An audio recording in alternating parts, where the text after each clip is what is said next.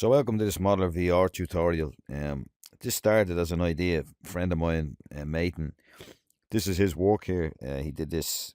He's a big fan of SDF tools, voxel tools, and like Magic CSG. He's tried them all, and I've been trying to get him into VR for the last couple of years, and he finally, the excitement overtook him, so he's got himself a headset now.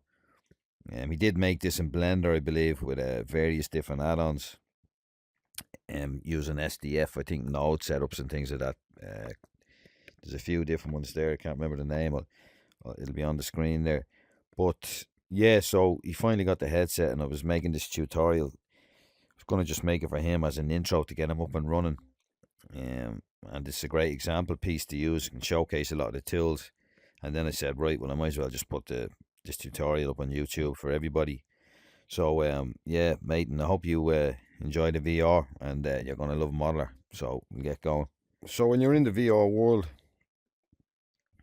and you're not used to it, you're a beginner, or you've only started out in VR, and you get a bit you're in infinite space here, and you can't write yourself in Modeler. You can't get your sort of bearings. And if you just hold down the menu button, this will always come up in the center, 000. Y pointing positive and Z up. You can also turn on, if you go into environment and out to ground, you can turn on this grid. This will obviously give you more of a bearing, but I usually leave this off. And I'll show you why now, because every time I start Modeler, even though we have this here, you just hold down the menu and you can know where 0, because you could start way out here and you mightn't have this reference in the scene, and then you'll have to zoom right in. Or if you have that little grid turned on, you won't be able to see it when you're so far out. You have to zoom right in. So another thing you can do is you can hold down these two buttons. And you can't see them here. They're the side buttons, the Oculus button. I don't know what they're called, but they're the two small buttons to the side of these main buttons on the controller. If you hold them down, you'll get the little Oculus logo here, and it'll reset the scene if you ever find yourself lost in VR. So yeah, I just always leave that off, because you're going to make a new layer, and the default scene will open up, and you'll already have this tool active, the clay tool. So I just usually hit this button, and that sends me into quick switch for the gizmo and locks it down wherever your hand is in space. So that's a quick way to move your preview around and your layers. So I just lock that, and then I double tap the primary controller thumbstick once to reset the rotation, and then once to reset the position. So that will always send it back to 000. So that's the first thing I do all the time. I just go like that. Quick switch, double tap, and then I know exactly where I am in the center. And that is, I was messing around here, so I'll just reset these. And this is only a preview at the moment. So if I, on the secondary controller, pull the trigger down, that's going to disappear. It confuses a lot of people when they're just starting out, because they think that's like in a 3D package. You create a cube, and that's the cube then, but it isn't. This is just a preview. So if I scope out with the controller here in the secondary, it's going to just disappear, and that layer will disappear out of memory. So you have to create a new layer, and then you have to hit the buttons have changed around recently in the beta, but it's the top button here, that joystick button on your primary. I'm left-handed, so obviously if you're right-handed, everything's going to be reversed. And I hit that, you'll hear a sound effect and see a flash. And then if I hit the quick switch button again, gizmo will disappear, and the layers drop down, and I'm back into preview here, same as I was before. So I want to make a new layer. Quick switch, double tap, it's back to 0, and then lay it down. So now I have two separate layers. And then you can use the scope up and down on the secondary thumbstick to go into those layers. And if I hit the gizmo, just to get rid of that, and then you can switch to say warp, so you can see exactly what's going on there. And I can switch between these two layers, and then I'm inside. for sculpting. Switch to that one. Right, so I'll delete these layers, and what I did there was just that's the select button here, the arrow, and I'm just holding that down, and you can paint select, and then I'm hitting this button here for delete, so that's deleting those layers. So with the references at the moment, you can only import them on the desktop, and then they only show up in VR. So I always work on virtual desktop streaming, so I'm not ever using the desktop. I just double click this button here to go into virtual desktop, and then I use modeler within VR on the desktop to do anything that I can't do in VR. It's usually just with files, importing references, for instance, or importing a mesh.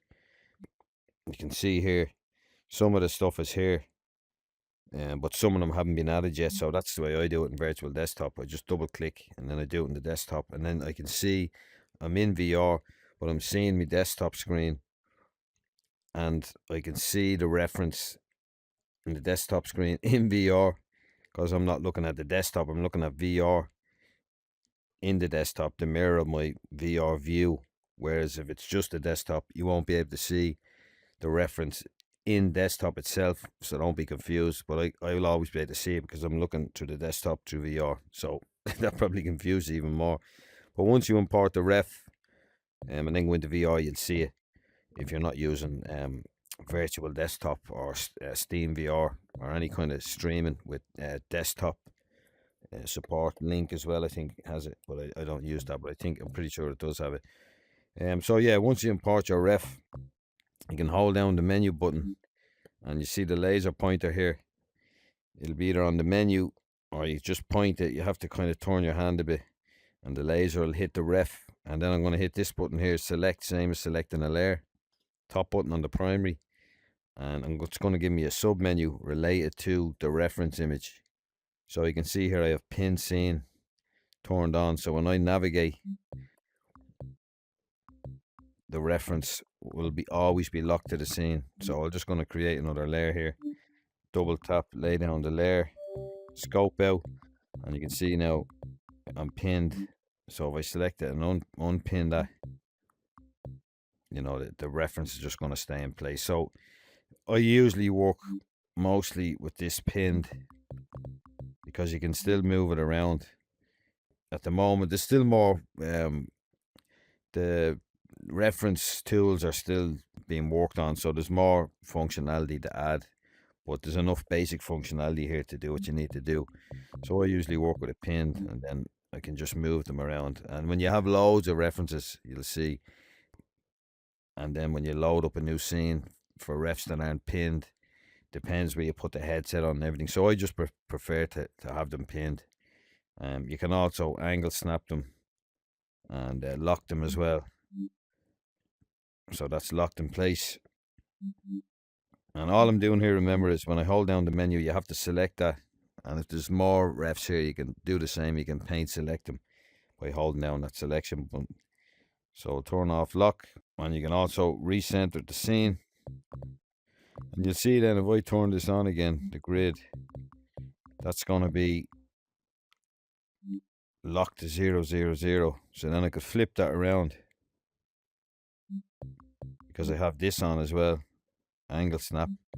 And then you can work sort of, even though there's no orthographic view in VR, obviously, because, you know, it's our real eyes, I suppose, looking at it. You can't switch to orthographic. It doesn't exist in VR, but you can sort of use it as a rough guide by snapping these references. And then if it moves off 0, 0, 0, just go back in again, recenter the scene, and then you can also center it up, you know, keep this on the center, and then just move your ref to soup. But in this case, it doesn't really matter, so I'll just leave it over there and turn off. I'll leave on pin, turn off angle snap, so that way I can move it wherever I like. So that's pretty much references, and they show up on both sides. So we'll start here, just delete that layer, and I'm going to start with the body. And I'm going to I don't want these videos to be too long, so I'm probably going to break them up. So I'll leave this here just as scene prep, the basics, and setting up your reference images. All right then. Cheers. Thanks. Good luck.